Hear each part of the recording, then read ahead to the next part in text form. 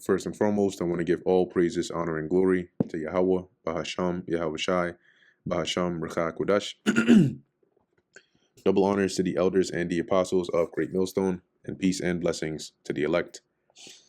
And today we're going to go into the book of Revelation, the 12th chapter. And this chapter goes into, it's one of those chapters that also jumps through time in terms of the visions that John is seeing. But the majority of it goes from the time of Israelites, mainly the southern kingdom, in captivity under the Romans. Okay, and and ultimately what ends up happening right as we're persecuted by the Romans, going into the time of 70 AD. All right, and into the time of coming here to America, to serve captivity, and then on throughout into the return of the Lord to fight for Israel. So let's get into it. This is Revelation chapter 12, verse 1. And there appeared a great wonder in heaven. So this is John sees, as he's looking and seeing this vision, right? He's seeing another great sign in heaven. And this time it was a woman, as it says, clothed with the sun and the moon under her feet. So it looked like she almost like she was wrapped, right, with this bright light, like the sun. She clothed herself with the sun and the moon under her feet. And the sun and the moon are symbolic for knowledge and wisdom. Okay, under her feet and upon her head a crown of 12 stars, and the crown of 12 stars are representing the 12 tribes. So this woman that John saw was an allegory for the nation of Israel, and the sun and the moon represented the knowledge and wisdom and understanding the Lord had given to us, which included the laws, statutes, and commandments. Okay, what did Moses say? Let's get that real quick in Deuteronomy chapter 4, verse. We'll start at 5. Behold, I have taught you statutes and judgments, even as the Lord Yahweh my God commanded me, that ye should do so in the land whither ye go to possess it. Keep therefore and do them, for this is your wisdom and your understanding in the sight of the nations, which shall hear all these statutes and say, surely this great nation is a wise and understanding people, right? This great nation. So, and then also to prove the 12 stars are representing the 12 tribes. Let's go to the book of Genesis, chapter 37, verse 5. It says here, and Joseph dreamed a dream, and he told it his brethren, and they hated him yet the more, because they were envious of him. And he said unto them, hear, I pray you, this dream which I have dreamed. For behold, we were binding sheaves in the field.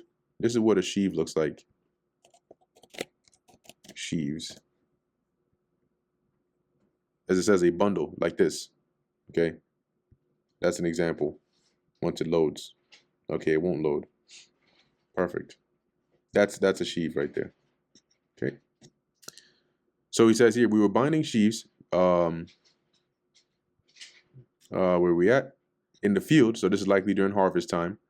And my sheaf arose and also stood upright. And behold, your sheaves stood round about and made obeisance to my sheaf. That means they bowed to it. And his brethren said unto him, shalt thou indeed reign over us? Or shalt thou indeed have dominion over us? And they hated him yet more for his dreams and for his words. So they were like, yo, who the hell does God think he is? Yeah, he's our brother, but you hear the inflammatory things he's saying? But they didn't realize these dreams were actually prophetic. Because what ended up happening after Joseph was sold into Egypt? They came and they paid obeisance to him. They fulfilled these dreams. Verse 9, and he dreamed yet another dream and told it his brethren and said, behold, I have dreamed a dream more. And behold, the sun and the moon and the 11 stars made obeisance to me. So who are the 11 stars? The rest of his brothers, which are patriarchs to the 12 tribes. And he told it to his father and to his brethren, and his father rebuked him and said unto him, what is this dream that thou hast dreamed? Shall I and thy mother and thy brethren, which are the 11 stars, because he would make 12, indeed come to bow down ourselves to thee to the earth? So his father interpreted the dream in itself, and he's saying, Jacob told him like, what do you listen? What are you trying to say right now, man? Okay, now we know that Joseph ended up, becoming, when you go into Revelation, you'll see that there was a slight shift, right, in the actual um, matching of the 12 patriarchs to the tribes, because Dan is basically moved out the way, right? When you go into Revelation, Dan's name is not mentioned. Now, what ended up happening to Dan, we don't know, but the Lord is gonna, we'll find out when the Lord reveals it to us. But the 12 tribes now become where Joseph, of Joseph comes two tribes, right? Ephraim and Manasseh, which Jacob, when you read in Genesis, adopted as his sons in the stead of Joseph. Okay, so still those that dream that we just went into in Genesis 7 or 37 is showing you that that crown of the 12 stars here is symbolic for the 12 tribes. And this woman is representing the nation of Israel. Verse 2, and she being with child cried, travailing in birth and pained to be delivered. So this time period of the woman being with child and crying is, when you fast forward from the time of the Greeks and you go into the time of the Romans, you had a civil war going on, right, between the descendants of the Hasmonean dynasty. I think it was, you had Hyrcanus II and Aristobulus II, and they were brothers and they were going back and forth, blah blah blah. And then you had Pompey who intervened, right, and eventually subjected us under Rome, and then eventually became a province under Rome, right, known as Judea. While we were under them, they did allow us some autonomy in governing ourselves after our laws, but we were subject onto them just like any other province, and we had procurators over us. You had Roman garrisons in our land, and then we had to pay tribute and tax onto them. So we were being oppressed ultimately by them, and that's why it says she, being the woman, with child cried, travailing in birth and pain to be delivered, because at the same time that we were being oppressed, this child that the woman was bearing was Yahushai, okay, the Messiah, because he was to be born at that time. And so Israel was pained to be delivered ultimately from that hard like state that we were in. And that's what the birth of the child was for, to begin that deliverance of Israel from that hard bondage. And that's why the apostles, when Yahushua rose from the dead, what was one of the first things they asked him? Are you now going to restore the kingdom back to Israel? Okay. So verse 3, it says here, and there appeared another wonder in heaven. So John is seeing, okay, I see this woman, and what he's actually seeing is a woman that has the crown of the 12 stars, and she's pregnant. She's got a big stomach, and she's like in pain trying to get this baby out. And then he sees another thing, another sign in the heavens, and behold, a great red dragon. Now he sees an actual big giant red dragon having 7 heads and 10 horns, and seven crowns upon his heads. Now at this time, like I mentioned, Pompey had subjected the time period of the vision he's seeing, not when he's receiving it, but the time period that the vision he's seeing is taking place. Pompey had already subjected us. We were subject to the Romans. So this great red dragon that he saw was symbolic of the Roman Empire, the pagan Roman Empire. Remember, you had Rome, which was a city. It was the heart, okay, and also one of the 7 heads. But at the time, it was the empire, the Roman Empire, okay, that consisted of the 7 heads and the 10 horns and the 7 crowns upon his heads. Okay, so that red dragon represented the empire, the Roman Empire. The 7 heads were nations that were combined in the formation of that empire. Because when you go into Rome's history, you had, obviously, Rome started off as a very small city. You have the whole myth of Romulus and Remus, right, about them being suckled by a she-wolf. And then eventually, they start to grow. They start to fight against the neighboring cities, the Samnite Wars, and so on and so forth.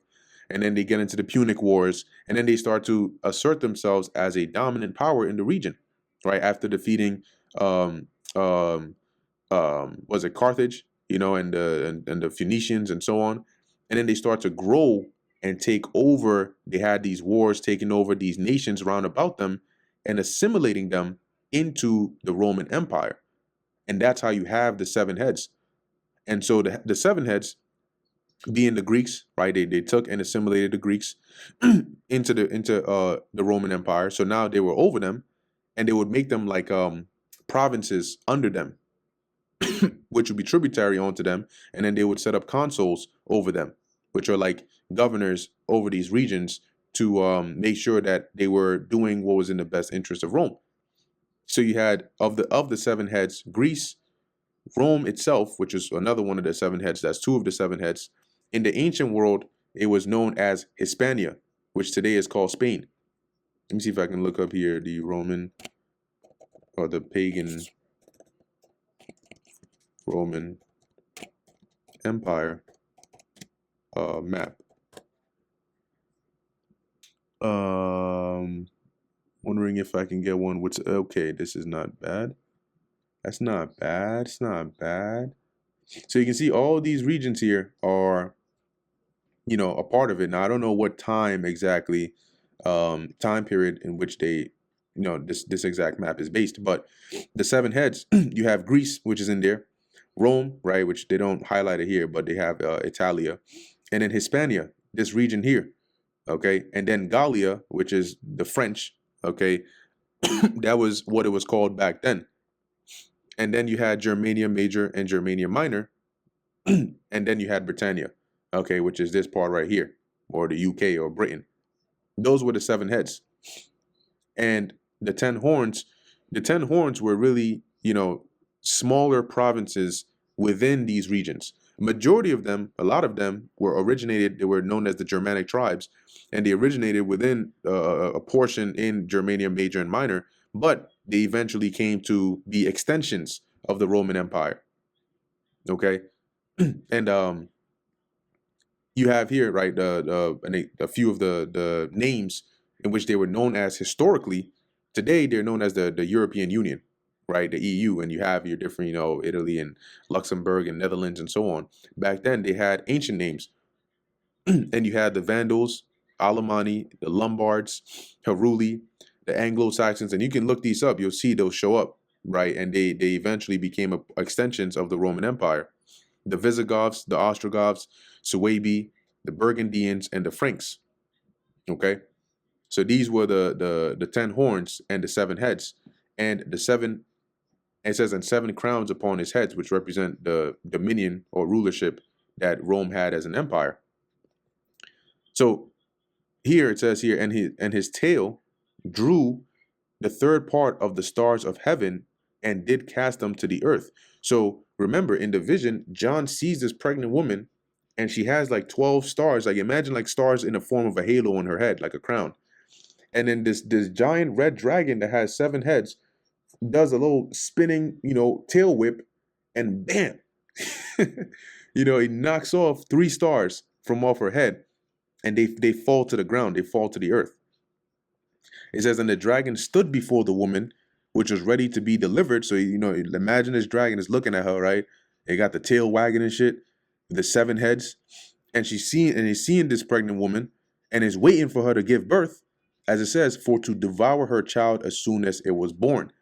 This is why it's an allegory, because all these events and characters in this vision are symbolic for real life time periods and events that took place. So now the tail that drew the third part of the stars of heaven was when the Romans subjected us. The third part was referring to of the 12 tribes, the southern kingdom, which consisted of Judah, Benjamin, and Levi. So it cast them to the earth, meaning that it subjected or subdued us under them. Because when you, at this point in time, it was mainly the southern kingdom that was in the land. The northern kingdom had come to the Americas. So it was mainly majority the southern kingdom that was in the land when Rome came and conquered us. Okay, and that was them casting the 3 tribes or the 3 stars to the earth. And the dragon stood before the woman, which was ready to be delivered, for to devour her child as soon as it was born.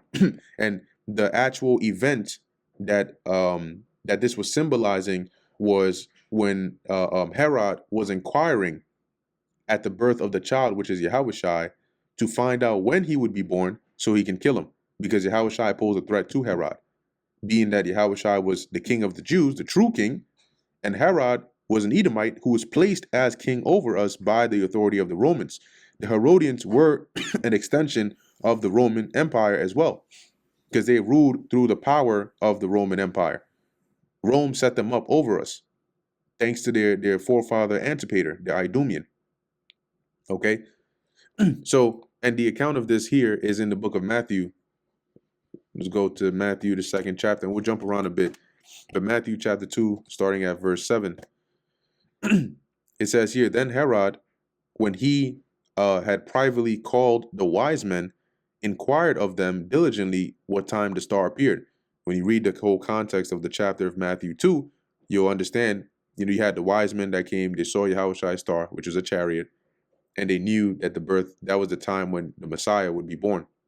So when they came, they were looking for him, and Herod asked them, he inquired, hey, you're saying you saw his star appear. When did that happen? So he can know when Yahushua and where he is, if he's born, so that he can kill him. But obviously he was, lying. He was trying to act as though that wasn't his true intention. That was Revelation 12, the dragon standing before the woman, which was ready to be delivered to devour her child as soon as it was born. So here, verse 8, and he sent them to Bethlehem and said, go and search diligently for the young child. And when ye have found him, bring me word again that I may come and worship him also. That is the real life playing out of this dragon that's like hovering over this woman, just looking, waiting for that baby to come forth to devour it. That was Herod diligently looking and waiting to hear news back so he can go and give the word to kill that baby. Now I'm going to jump down to verse 13 in the interest of time. And when they were departed, this is after the wise men had found Mary and Joseph, done their thing, and then they left, because the Lord warned them not to go back to Herod. It says here, and when they departed, behold, the angel of the Lord appeared to Joseph in a dream, saying, arise and take the young child and his mother, and flee into Egypt, and be thou there until I bring thee word. For Herod will seek the young child to destroy him, devour the child. And jumping down to verse 16, then Herod, when he saw that he was mocked of the wise men, was exceeding wroth, because the wise men never came back. So he gave it some time, and he's like, oh. And the Lord put the spirit on him to wait and allow Joseph and Mary to escape. And then eventually when he's like, okay, it doesn't take that long. These men probably played me. He probably sent his spies out, go and find those wise men. They searched all Jerusalem, all Bethlehem. They didn't find them. And they realized, oh yeah, okay, so they played me. So he was very angry and sent forth and slew all the children that were in Bethlehem and in all the coasts thereof, from 2 years old and under, according to the time which he had diligently inquired of the wise men. So when he found out, okay, well, if he was born, let's say, or he would be born at this time, he would, at this point in time, he could not be any older than 2 years old. So, you know what? Just to be safe, kill all the babies 2 years old and under. This is some Amalek type, behavior. To say, you know what? We're looking for a target. We know the target is in building A, so blow up the whole city. Because you know what? At least for good measure, we know we might have some casualties, but we know we'll get the target. Showing you the Edomite tendencies of Herod. But going back to Revelation chapter 12, verse 5, and she brought forth a man-child, which is Yahushai, who was to rule all nations with a rod of iron. And that goes back to the book of Psalms, because Yahushai that was his destiny, right? That the Lord had set up for him to rule all nations, right? To be the King of Kings. Psalms chapter 2, verse 8, ask of me, and I shall give thee the heathen for thine inheritance. This is referring to Yahushai. And the uttermost parts of the earth for thy possession, and thou shalt break them with a rod of iron, Thou shalt dash them in pieces like a potter's vessel. So you're going to have the rule over them. So as it says here, he was to rule all nations with a rod of iron, hence king. And her child was caught up onto God and to his throne. And that was when, after Yahushua had completed his ministry, going back to Acts 1 and 9, and he was delivered, he was beamed up. He was taken up into a cloud, as the scriptures say. But we know what that cloud really was. Acts 1 and 9, and when he had spoken these things, while they beheld, his disciples, he was taken up. Today, the modern verbiage for it is he was beamed up by a beam from a chariot that elevated him into the chariot. That's the cloud. The cloud received him out of their sight. That was him being caught up onto God and to his throne. So yeah, and he would be at the right hand of the Father until the go ahead for him to come back down. Verse 6, and the woman fled into the wilderness where she, so now from verse 5, after Yahushua left, you had, a period of time, it was around 33 AD or so, sometime after that, you had the gospel spread. You had the Apostle Paul, right, be converted, and his missionary journeys and so on and so forth. And then eventually he was put to death, right? He was martyred. Peter was martyred. Some of the other apostles were put to death. And then you had the provocation, right, leading up to the Roman Jewish wars from 66 to 73, where Jake started to revolt against Rome, which triggered Nero to send in Vespasian, right, and the Roman armies, and Titus, which is Vespasian's son, to go and to quell the revolts. And they came in there. They started from that region up north, Syria, Antioch, coming down into Galilee, and then all the way down to Jerusalem. And then after they had destroyed the walls and the temple in Jerusalem, they made their way down to Masada. Let's see here. I believe that was the last stronghold that they took over. Stronghold of Masada. Yeah, Masada. And when you read the book of Josephus, it goes into a lot of details on that, as to how that actually, because he was actually in this war. He fought against the Romans in Galilee, and then Vespasian ended up sparing him and taking him as a servant, and that's how he was able to write all this information here. But anyway, they did that, and they ended up selling a lot of Israelites. They killed a lot of Israelites. They sold them as slaves. Some that tried to escape. Some committed suicide, right? Mercy killings before the Romans could get to them. But it was very bad. So that during that time of great persecution, the woman, as it says, which represents Israel, at this point is focusing on the southern kingdom, fled into the wilderness.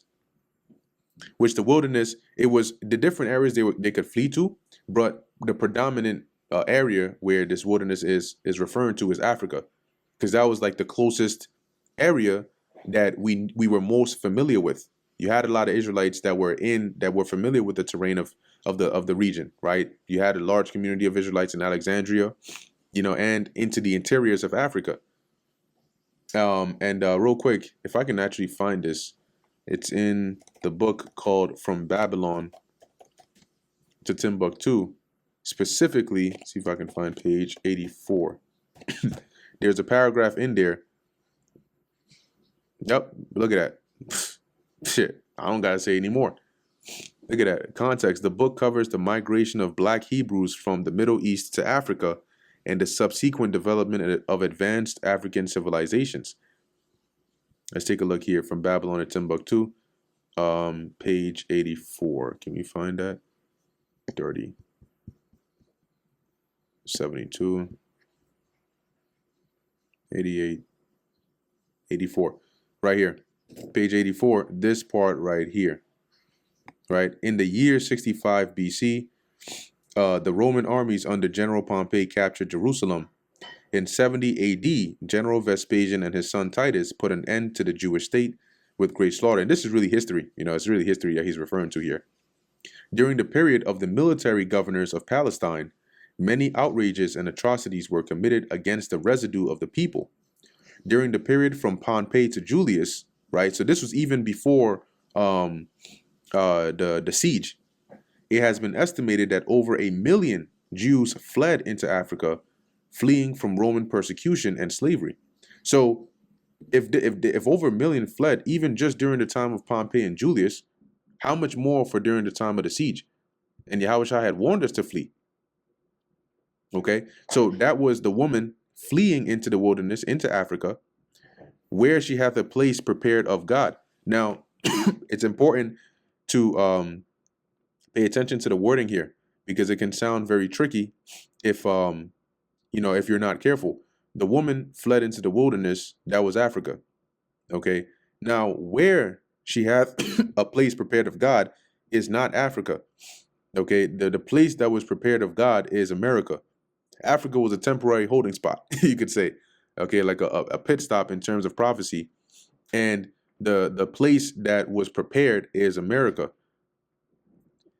And it was prepared because the Lord had first set up Esau to come over here, conquer and subject the northern kingdom, set up, himself over here, i.e. America, and so on and so forth.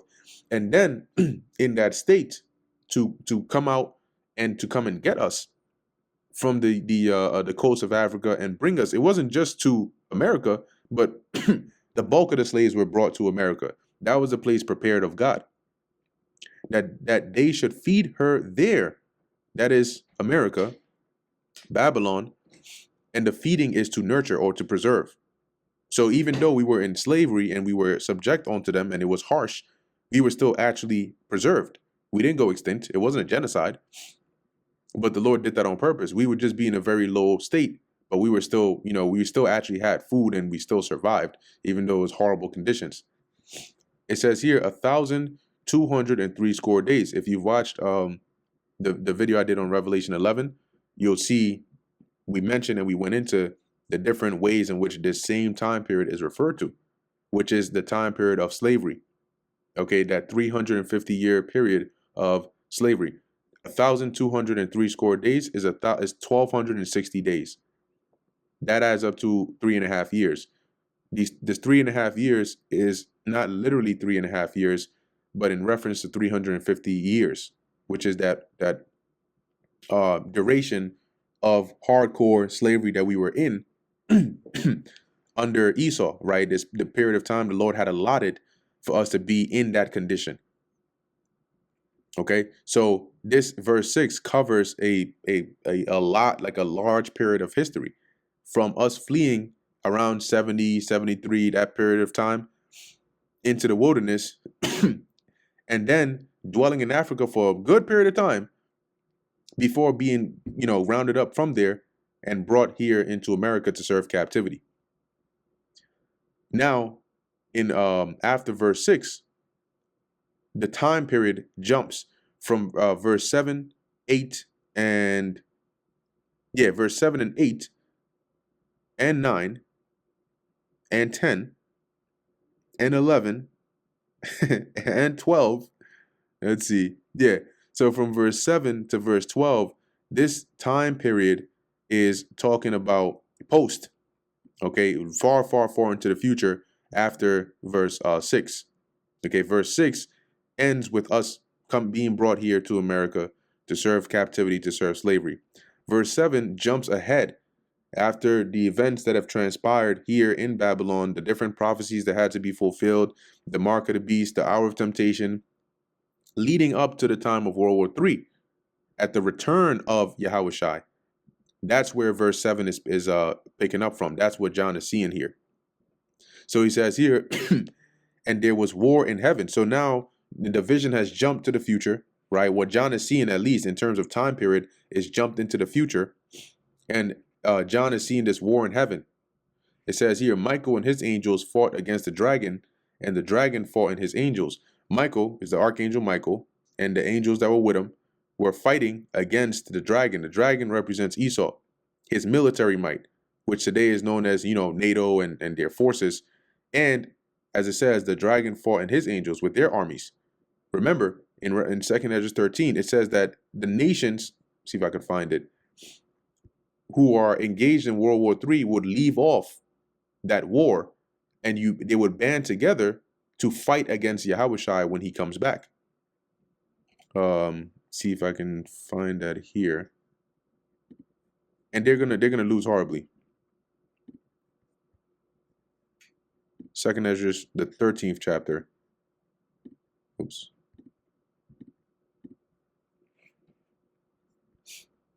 Oh, actually, I could have just searched this. Slakia, subdue.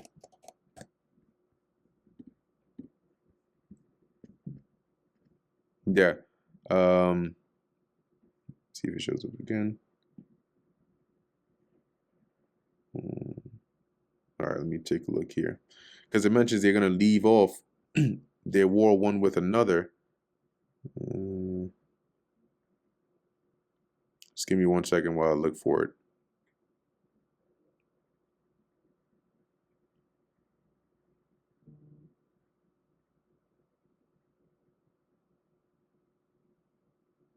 There we go. Second Ezra chapter 13, verse 32. And the time shall be when these things shall come to pass, and the signs shall happen which I shewed thee before. And then shall my son be declared, which is when Yahushua is, made manifest, whom thou sawest as a, a man ascending. So going to show you in the Old Testament, Yahushua is also mentioned and prophesied of. Verse 33, and when all the people hear his voice, every man shall in their own land leave the battle they have one against another. That's in the midst of World War III. They're going to stop fighting each other. Ronald Reagan even gave a speech about this. You can look that up, Ronald Reagan alien speech. And an innumerable multitude shall be gathered together as thou sawest, willing to come and to overcome him by fighting. The devil and his angels.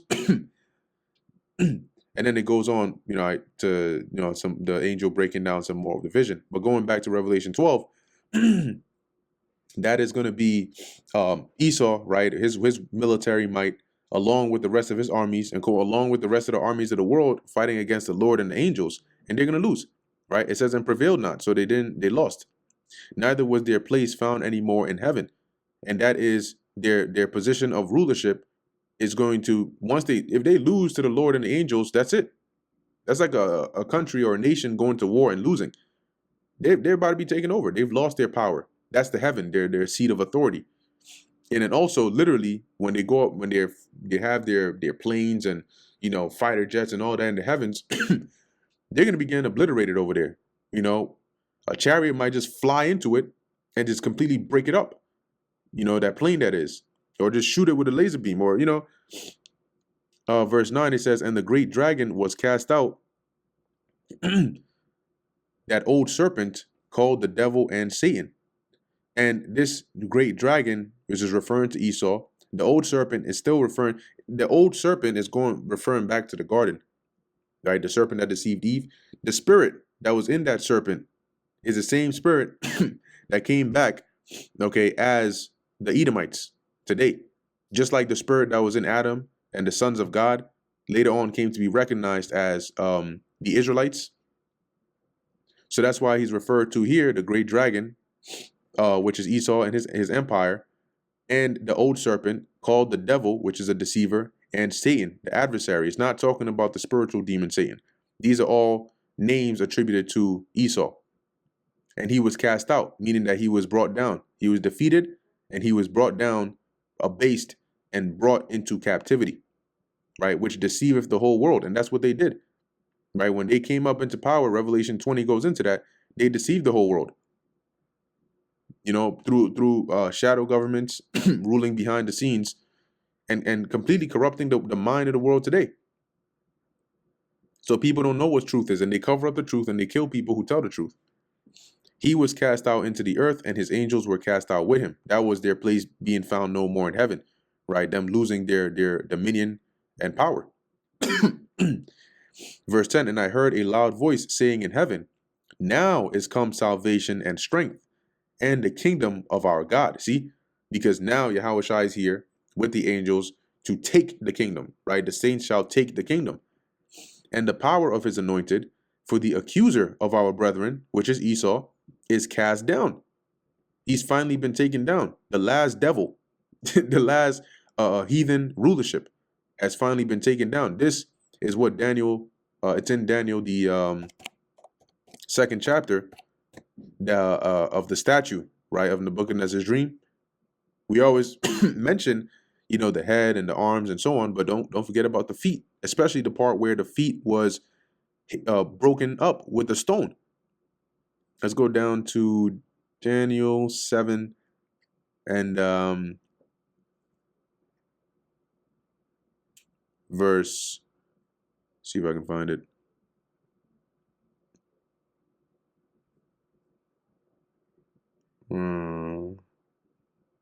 Okay, let me look it up here. Stone.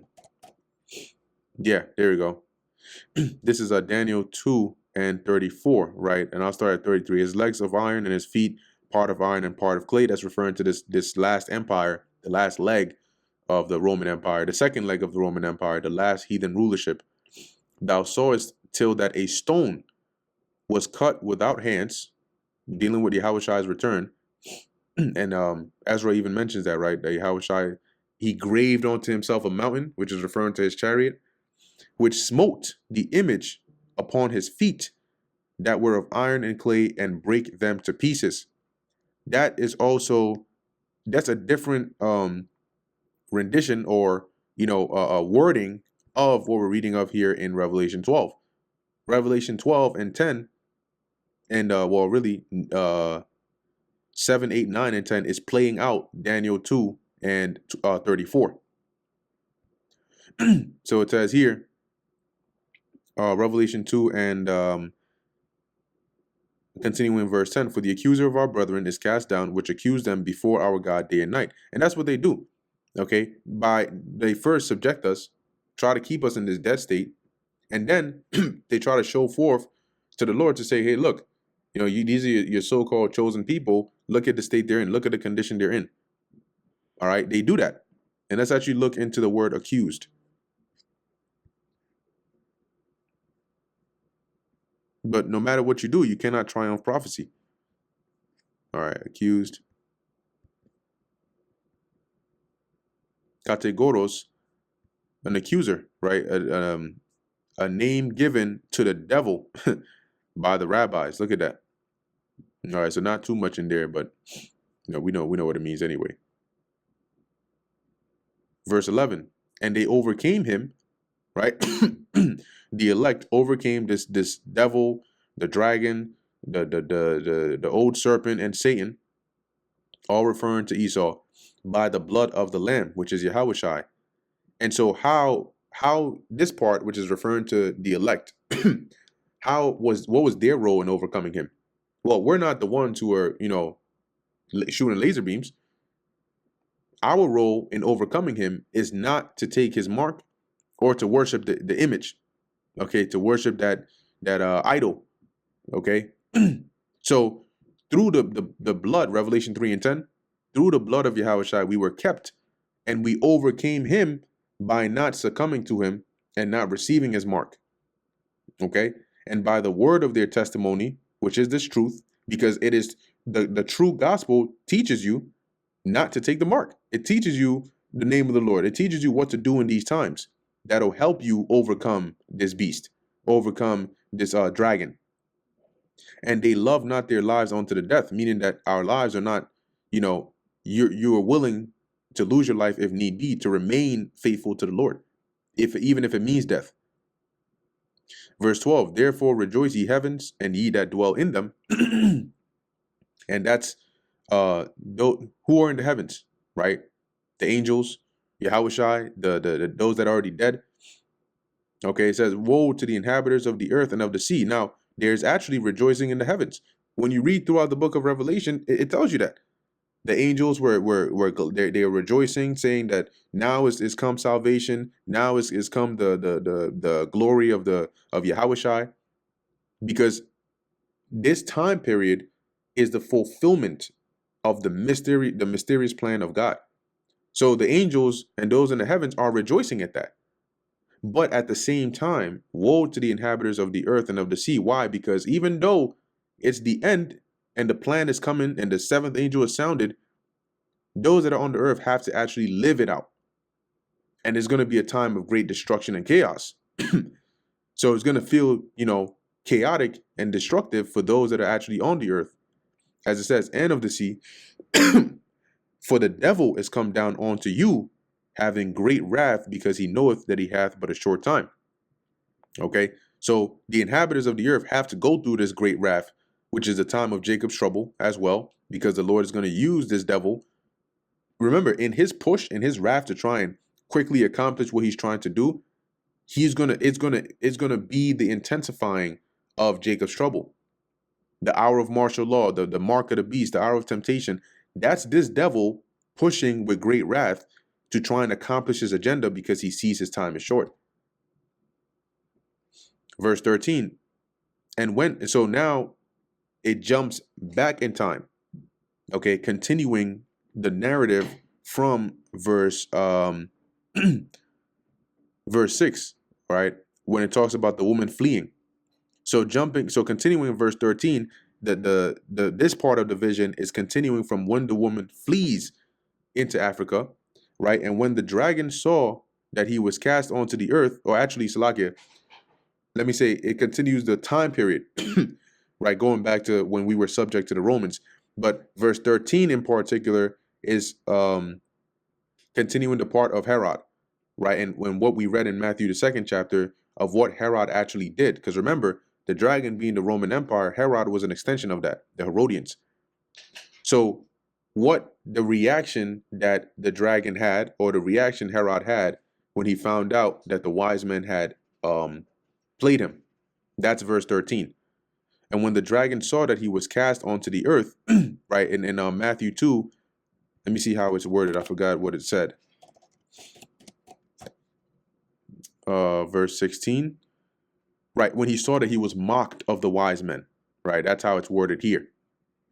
So when the dragon saw that he was cast onto the earth, he persecuted the woman which brought forth the man-child. Okay, and also in the actual vision, imagine a woman that is actually giving birth. Okay, let's see what it's. Yeah, it says when the dragon realized that he had been thrown down to the earth, cast to the earth, he had been hurled to the earth. Yep. It says here, he persecuted the woman, which is Israel, which brought forth the man-child. Okay, now, on the note of what Herod did, right, we read that in Matthew, the 2nd chapter. But when you get past that point, the real persecution that came from the dragon, which is the Roman Empire, is the events that transpired after that. Right, because eventually Herod died. Right, he killed the children. He ended up dying. He ended up, leaving his sons, ruled in his stead. But in period of time, we led up to 66 to 70. Right, the real persecution from the Romans. Right, through the Roman Jewish wars. Okay, and that's really the main fulfillment of this persecution. Because yes, Herod, like I said, he did what he did, but that wasn't really that kind of persecution that leads up to verse 14. Okay. So it says here in verse 14, and to the woman were given 2 wings of a great eagle. The 2 wings, or the wings of a great eagle, are not literal, but remember, the woman represents the nation of Israel. So the wings here it's symbolic for the ability to escape swiftly. Right. And so with that ability, right, the Lord gave us that she might fly into the wilderness. That's to escape into the interiors of Africa. Now, once again, you see how there's always a comma after this, right? Because this verse 14 is the same point in verse 6. And the woman fled into the wilderness, right? Comma, where she hath a place prepared of God. So jumping down to verse 14, she might fly into the wilderness is the same thing, into her place. Her place is the place that she had prepared of God, which is America. So these are periods of time. She flees into the wilderness, right? That's Israel, the southern kingdom fleeing, the ones that could escape into the interiors of Africa. Into her place, this is America, right? This is where, when in history, we were taken from, Africa and brought here as slaves to America, where she is nourished for a time, times, and half a time. Once again, go back and watch Revelation 11, right? I went into that, the time, times, and half a time, and how that lines up with 350 years. So she is nourished or preserved here in captivity, because we were slaves, but we were still taken care of to the degree that we would still live, okay, for a period of 350 years. A time here represents 100 years. Times is double that. So time 100 years times is 200 years, and is English in math, it's addition. Okay, when you and things in math, it's addition. Okay, so it's 100 and or plus 200. Okay, so if you say, for example, I have one bottle, or I have one apple and two oranges, how many fruits do I have in total? 3, right? But if you say, give me an apple or an orange, how many fruits are you going to have in the end? 1, right? Because you're one or the other. But if you say, give me an apple and an orange, how many fruits are you going to have? 2. So and is addition. So here, time is 100 and times, so 100 plus 200 and plus half a time. Well, of 100, if time is 100, what's half of 100? 50. So you have here 100 plus 200 plus 50. That's 350. And that is how long we were that was the allotted time for us to be in that state, because we're still in captivity, but for that period of 350 years, there was a certain condition we were in. Okay, which we have more freedom now than we did then. So that was that 350-year period from the face of the serpent. The serpent is Esau, because it was in the land of America, on Esau's plantations, right, where we were nourished, or where we were, in captivity for this duration of time. Verse 15, and the serpent, now once again it goes back to the time of the Romans coming against us. Okay, so verse 14, it gives you the rundown of what happens. The woman flees, she escapes for a period of time into Africa, then she's brought into captivity in America. Then it goes back in verse 15 to the cause, why we fled. It says here, and the serpent cast out of his mouth water as a flood after the woman. The serpent here is the same as the dragon. Okay, it's Esau, but here in time it was the Romans. So when the serpent cast out of his mouth water as a flood, that water or that flood represented the Roman armies. And let's get a quick precept to show that flood is not always talking about literal water, right? This is Psalms 18:4. The sorrows of death compassed me, and the floods of ungodly men made me afraid. So was David saying that ungodly men were water? No. Were ungodly men breaking a dam somewhere to cause a flood? No. It's saying the overflowing of ungodly men. So likewise here in verse 16, Slakia verse 15, the cast out of his mouth water as a flood is referring to the Roman armies. After the woman, so they came after us, Israel, that he might cause her to be carried away of the flood. So this is also in Daniel, the 9th chapter, right? With the overspreading of abominations, he shall make it desolate. I believe that's in Daniel. Daniel 9 in the last verse. We do not want to do that. And it mentions here, this is it, right? And he shall confirm the covenant with many for 1 week. This is the Romans, and that 1 week is the period of 66 to 73. And in the midst of the week, he shall cause the sacrifice and oblation to cease. That was the period of 70 AD. And for the overspreading of abominations, he shall make it desolate, even until the consummation, and that determined shall be poured upon the desolate. Okay, so I'm really just skimming through this, but to make the point, you can go and watch the... Oh, shoot, even better. Let me jump up a verse. But anyway, you can go and watch the breakdown on Daniel 9 to get a more in-depth breakdown of this. But the point here is, this was the Roman armies coming there against us in our land, in Jerusalem, to destroy Israel and to destroy the temple. But in the 26th verse, it uses great language, which I like. It says, and after 62 weeks shall Messiah be cut off, but not for himself. And the people, because Yahushua came and he died, but it was really for the sins of Israel. And the people of the prince, which is referring to the Romans, shall come, or that shall come, shall destroy the city and the sanctuary, and the end thereof shall be with a flood. Now, when you go into the history of the Roman siege of Jerusalem, was there an actual flood? Did it actually rain and flood the place? No. So what does it mean the end thereof shall be with a flood? That's referring to the armies flooding in or over flooding us, like King David said in Psalms 18. And unto the end of the war, desolations are determined. So going back to Revelation chapter 12, that is here, that he might cause her to be carried away of the flood, that through their armies, they would be able to, to get us. And they did get a portion of Israel, but not everybody. Verse 16, and the earth helped the woman, and the earth opened her mouth. And what it means by the earth helped the woman, meaning that it worked to our advantage, because we were more used to the terrain of of Africa, right? It was much more habitable for us than for them, because the Romans had conquered, like, if where was this that I pulled up, the pagan Roman Empire map, and see here you can see, I guess we can just use this one here.